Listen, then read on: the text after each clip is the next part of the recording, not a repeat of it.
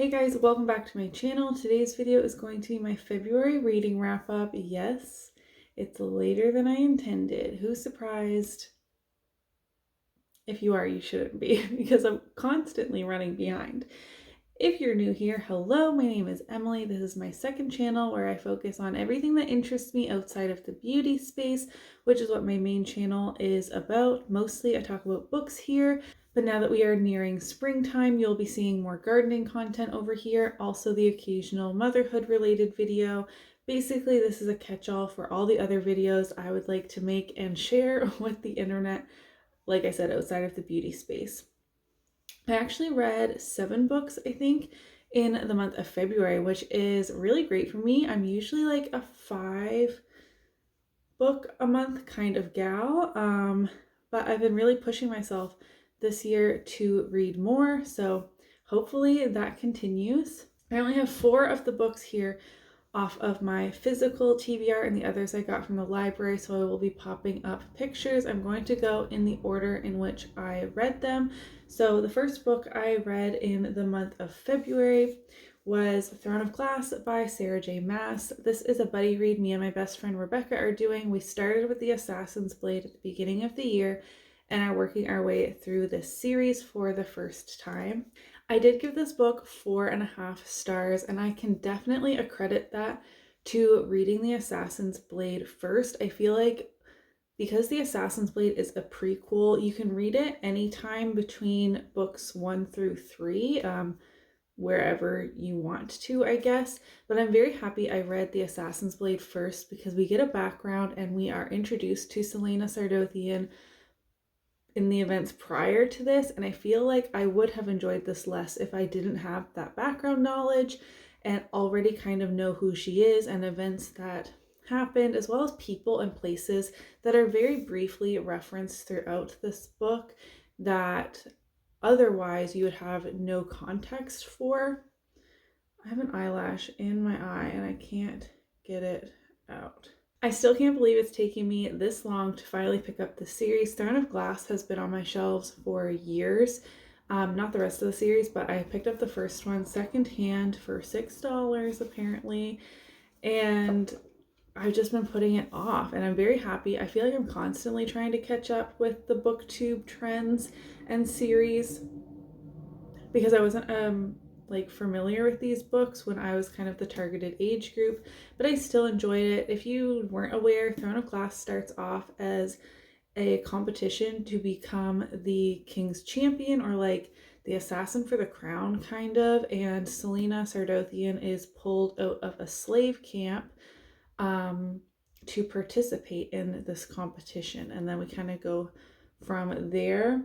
I wrote in my review, I finally get the rattle the stars quote that I see everywhere, and Kale is everything. I've since read a few more books in this series, which we'll talk about another one here soon. I then read an erotic novella on KU, which was The Witch's Wolves by Ellie Mae McGregor. This was a very short book. 56 pages. I mean, I read it in one sitting pretty much. I gave this book 4 stars.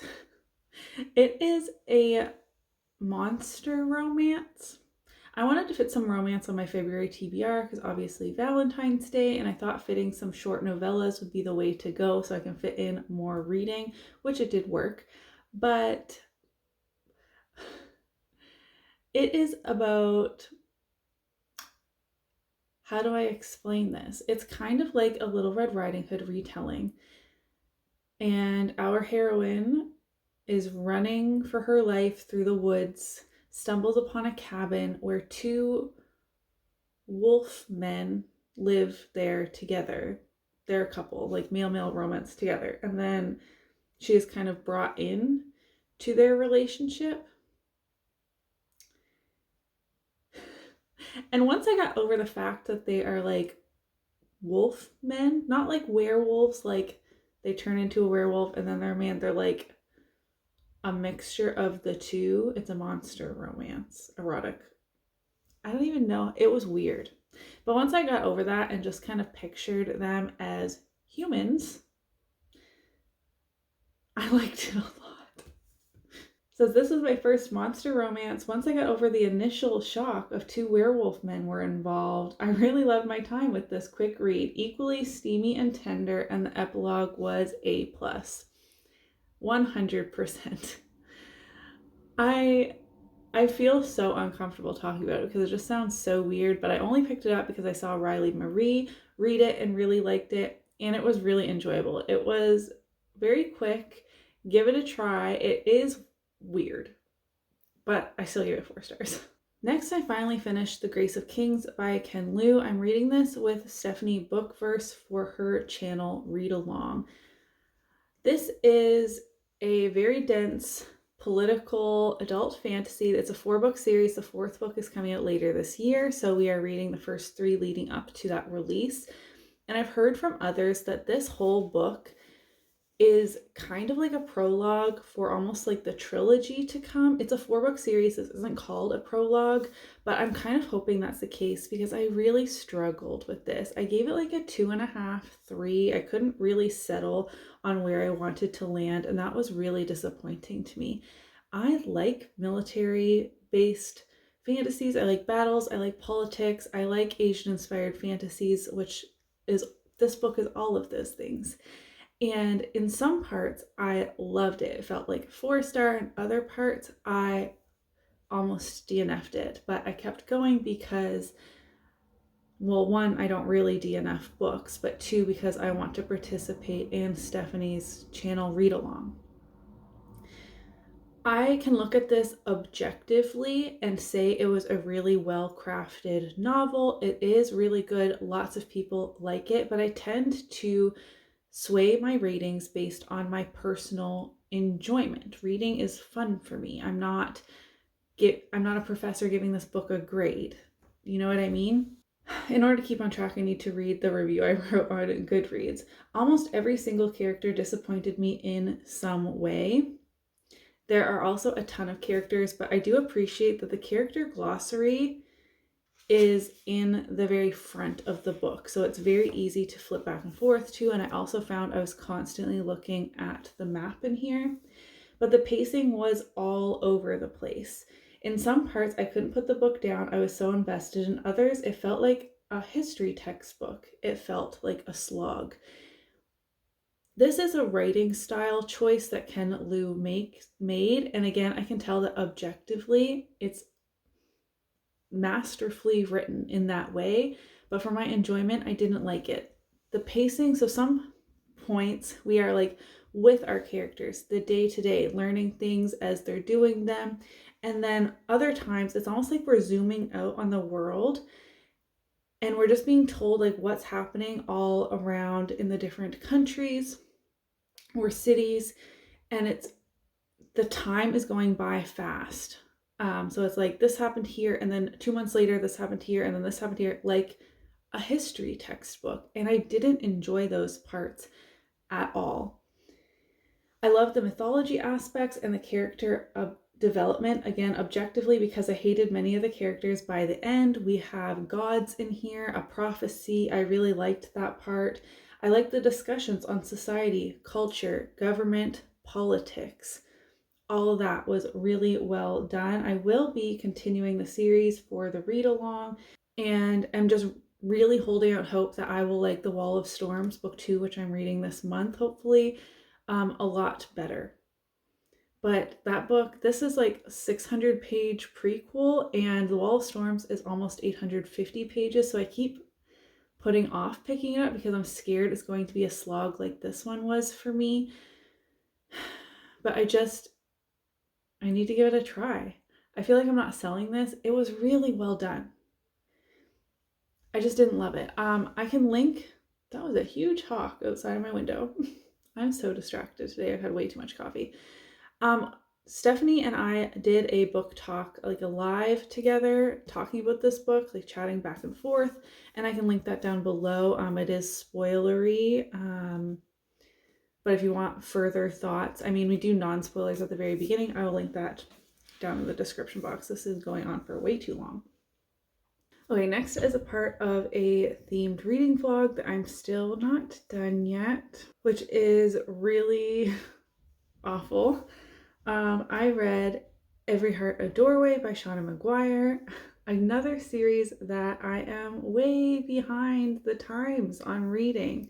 I was only told that this was a portal fantasy about a boarding school where children go after they have been to these other worlds to kind of like reacclimate them to the real world. This was way darker than I was expecting. I thought this would be kind of wholesome and be along the same veins of like The House in the Cerulean Sea, which I also haven't read, but I was kind of expecting that like cutesy, you know, helping children kind of vibes, but it's a portal fantasy with like heavy horror and mystery elements to it, which was fun. I gave it 4 stars. I really liked my time with it. This is less than 200 pages. I'm very excited to continue. I immediately put my name on the list for the ebook at my library, but the waitlist for these books is incredibly long. And I'm really looking forward to actually exploring the different worlds a bit more. I know some books are set at like Eleanor's Home for Wayward Children, and some books are following the children at their worlds, like their portal worlds, and I am excited to read about some of those. I feel like I'm getting more and more distracted as time goes on, so that's what I thought about Every Heart a Doorway. Next, I read Crown of Midnight by Sarah J. Maas. Here it is. This is the second book in the Throne of Glass series that I'm reading with my best friend Rebecca. I gave this one 5 stars. I liked it way more than Throne of Glass, which some people said that this book was boring. I didn't agree. I feel like this was a step up from Throne of Glass. Lots more happens. We learn more about the magic in this world, and I feel like you see more of our main characters here, whereas in Throne of Glass, there's a lot more like side characters that don't really matter because they're a part of this competition to be the king's champion. And then in this book, we're seeing like our core characters more and like their relationships with each other. And there are a ton of huge events that happened in this book. I feel like it is still feeling like a YA fantasy, which I tend to stray away from nowadays, but I'm really enjoying this. This is kind of like guilty pleasure reads, super fast. I'm happy to be reading this with my best friend, and we're excited to continue on with the series.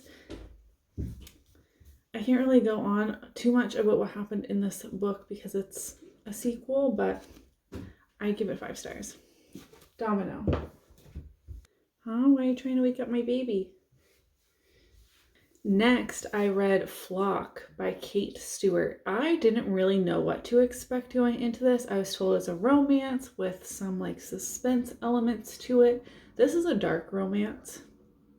And I read the back of this, I think, in my TBR. It doesn't make sense to the story beyond like the prologue. It has nothing to do with like the events that happen in here. So I was so confused, but also pleasantly surprised because I gave this 5 stars. I'm obsessed with this. My husband even bought me Exodus right afterwards, the second book in the Ravenhood trilogy, so that I can keep reading, which is on March's TBR. Because what it says on the back doesn't really go with the contents of the book, I feel like anything I say could be a spoiler. Like I don't know where the line is on this book and how to talk about it, because what some people consider a spoiler, others wouldn't think so. Like some people say if it happens in the first couple of chapters, it's not a spoiler, but I just know it's a dark romance. It's very steamy. This is not a wholesome, feel-good kind of romance. It is dark, like I keep saying. I want to emphasize that because I don't want anyone to go and be like, oh, I saw this on TikTok. It's going to be a fun romance, which is what I did.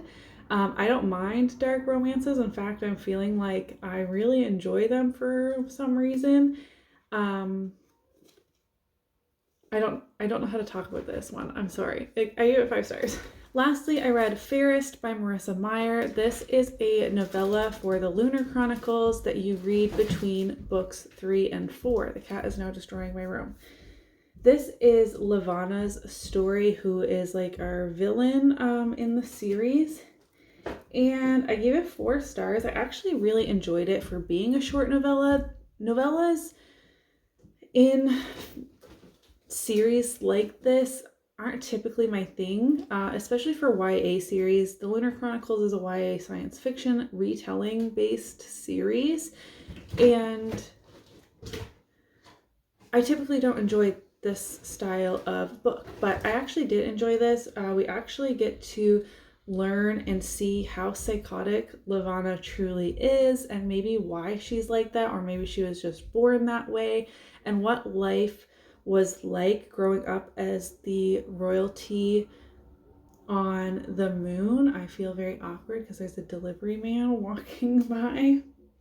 But overall, I enjoyed it, and now I just have to read Winter by Marissa Myers to finish this series, which would be amazing. So those are all the books I read in the month of February. Let me know in the comments down below what books you read in the month of February. I'm very happy with my reading. I'm excited to keep riding this wave and reading some amazing books throughout the month of March. We're halfway through. I'm doing well so far. I think I've read 4 books so far in March. The cat is trying to get out. If you enjoyed today's video, don't forget to give it a thumbs up so that I know, and I'll see you in my next one. Bye.